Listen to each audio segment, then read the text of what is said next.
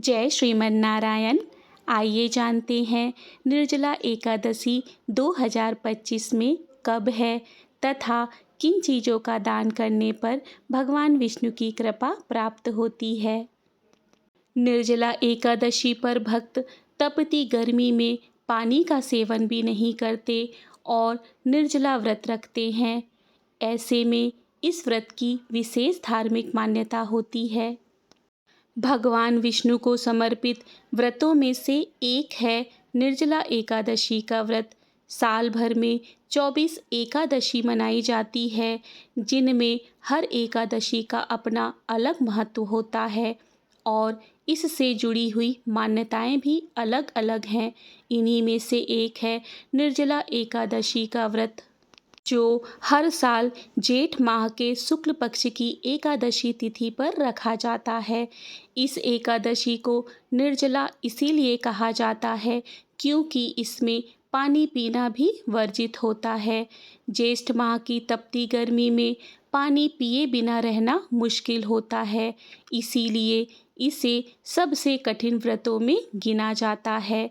ऐसे में यहाँ हम जानेंगे कि जून महीने में किस दिन निर्जला एकादशी का व्रत रखा जाएगा और इस व्रत के दिन किन चीज़ों का दान करना बेहद शुभ होता है।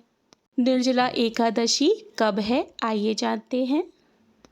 पांचांग के अनुसार ज्येष्ठ माह के शुक्ल पक्ष की एकादशी तिथि 6 जून सुबह 2:15 से शुरू हो रही है और इस तिथि का समापन 7 जून सुबह 4:47 पर हो जाएगा।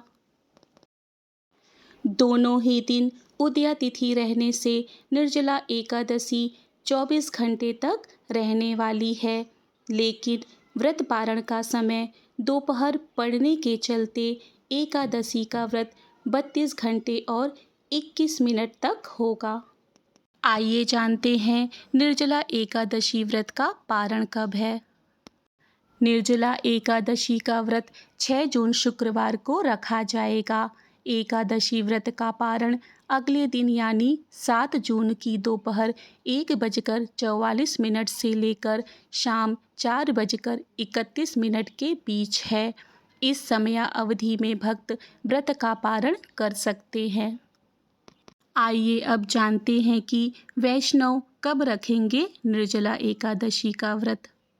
वैष्णव संप्रदाय के लोग निर्जला एकादशी का व्रत 7 जून शनिवार को रखेंगे। इस दिन व्रत रखने का अर्थ है कि अगले दिन पारण किया जाएगा। 7 जून को व्रत रखने वालों के लिए व्रत पारण का शुभ मुहूर्त 8 जून सुबह 5:23 से 7:17 पर होगा। आइए अब जानते हैं किन चीज़ों का दान करना शुभ है। निर्जला एकादशी के दिन भगवान विष्णु की पूजा और दान का विशेष महत्व होता है। इस दिन जल के दान को अत्यधिक शुभ माना जाता है। कहते हैं कि निर्जला एकादशी पर जल का दान करना सबसे बड़ा दान होता है। प्यासे लोगों को सुराही या घड़े का ठंडा जल पिलाया जा सकता है। शरबत का दान भी किया जा सकता है। राह चलते प्यासे लोगों के लिए शरबत किसी अमृत से कम नहीं होता। ऐसे में तपती गर्मी में शरबत का दान करना शुभ होता है। गरीब और ज़रूरतमंदों को अनाज और कपड़े का दान दिया जा सकता है। कहा जाता है कि इससे भगवान विष्णु प्रसन्न होते हैं और भक्तों को पुण्य मिलता है। गर्मियों का मौसम देखते हुए छाता भी दान किया जा सकता है। जिन लोगों को ज़रूरत हो उन्हें पंखा का दान भी कर सकते हैं। इस तरह निर्जला एकादशी की जानकारी पूर्ण होती है। इसी तरह की धार्मिक जानकारी, कथा कहानी के लिए मेरे चैनल को सब्सक्राइब करें। मिलते हैं अगली जानकारी के साथ। जय श्री कृष्ण। राधे राधे।